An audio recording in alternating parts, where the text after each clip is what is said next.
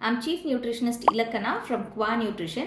நிறைய கிளைண்ட்ஸ்க்கு வந்து என்ன ஆயில் யூஸ் பண்ணணும் அப்படிங்கிறது ஒரு டவுட்டாக இருக்குது. ஸோ ஜென்ரலாக பார்த்தோன்னா நம்ம ஒரே ஆயில் கண்டினியூஸாக யூஸ் பண்ணுறது it's not a good idea. நம்ம ஆயில் வந்து சேஞ்ச் பண்ணிக்கிட்டே இருக்கணும். நீங்கள் ஒரு 4 பேருக்கான ஃபேமிலிக்கு ரன் பண்ணுறீங்கன்னு சொன்னால் ஒரு 5 லிட்டர்ஸ் 10 லிட்டர்ஸ் அந்த மாதிரி ஆயில் வாங்காமல் 1 லிட்டர் ஆயில் பேக்கெட் வாங்கிட்டு அதை வந்து சேஞ்ச் பண்ணுங்கள்.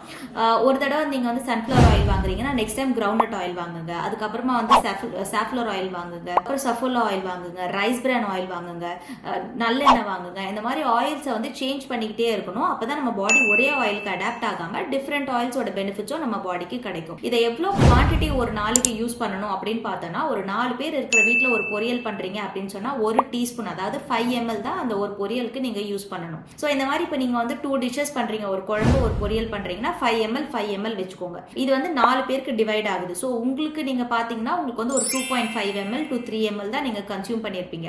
ஸோ பிரேக்ஃபாஸ்ட், லஞ்ச், டின்னர் இது மாதிரி ஸ்பிளிட் பண்ணிக்கிட்டீங்கன்னா ஒரு நாள் முழுக்கவே நீங்கள் வந்து லெஸ் தென் 10 ml ஆயில் தான் வந்து யூஸ் பண்ணணுமே. ஸோ இது மாதிரி நீங்கள் யூஸ் பண்ணும்பொழுது உங்களுக்கு ரொம்ப கொலஸ்ட்ரால் ப்ராப்ளம்ஸ் வராது.